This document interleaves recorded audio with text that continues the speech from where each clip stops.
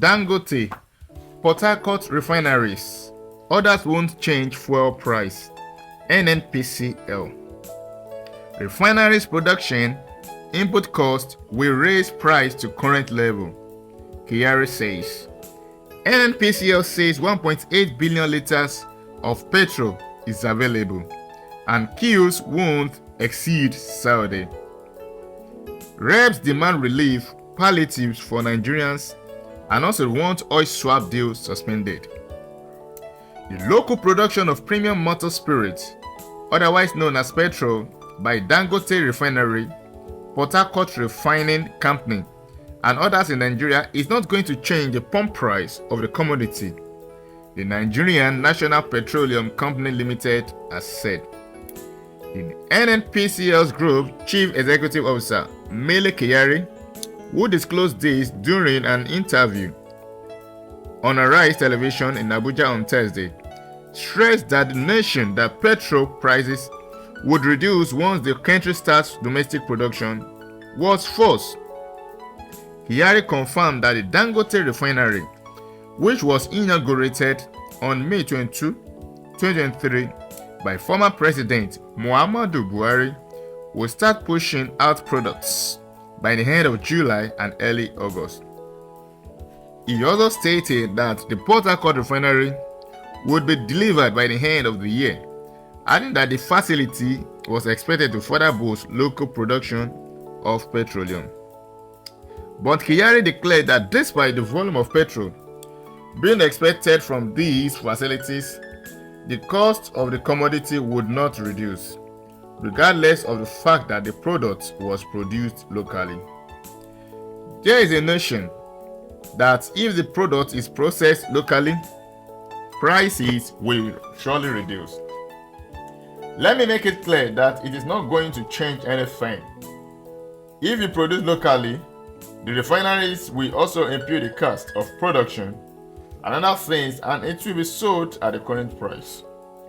There will also be no subsidy when local production starts because there is no cash to back subsidy.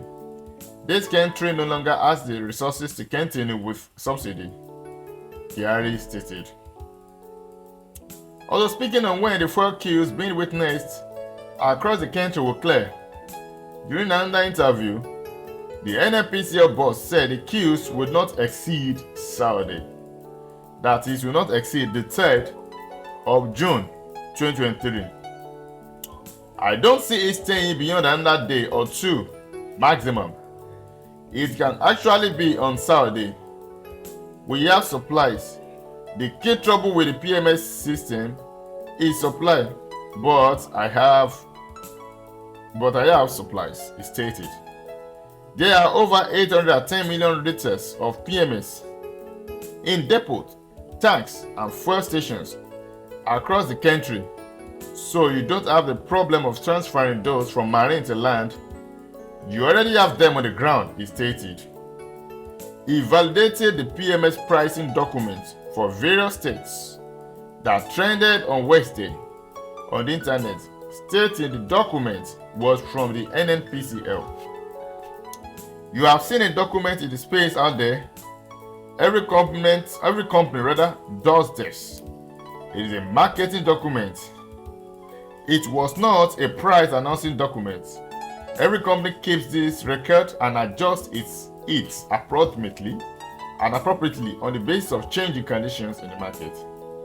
So what you saw was just an internal company document that found its way into the internet.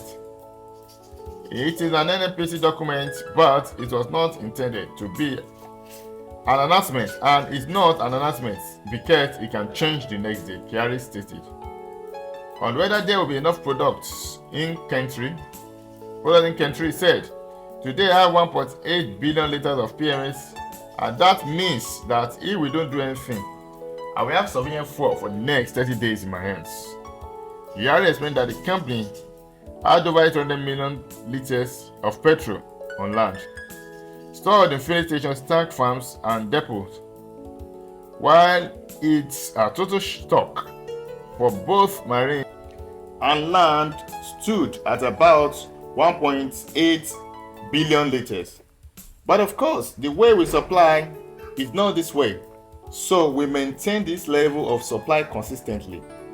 This means you will see the arrival of products every day so that you continue to maintain that level of safety. Now, speaking to journalists after a meeting with the national chairman of the All Progressive Congress, Senator Abdullahi Adamu, at the party secretariat in Abuja on Thursday, Kyari revealed that the administration of President Asiwaju Bola Ahmed Tinubu had concluded arrangements to have one of the 4 refineries repaired and operating at an optimal level before the end of the year. The NNPCL boss argued that it was no longer justifiable to continue subsidizing the commodity given the high opportunity cost the federal government was suffering from funding it. Kyari, who was received by the APC chairman and members of the National Working Committee at about 12:30 p.m., confessed that the country could no longer sustain the expensive subsidy regime.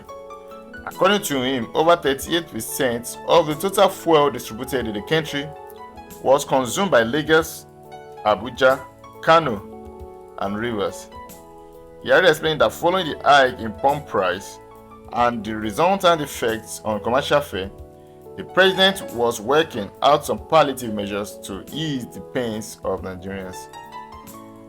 He also added that there was an ongoing process of rehabilitation to ensure one of the refineries was ready this year. Kyari lamented that despite its 2.8 trillion naira indebtedness to the NNPCL, the federal government had yet to release funds for 2022 and 2023 subsidies.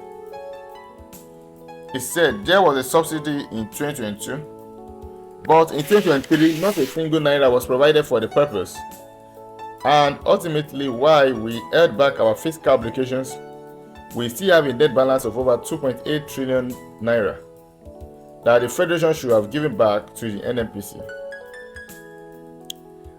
For any company, when you have negative 2.8 trillion naira, there is no company in the whole of Africa that will lend to you.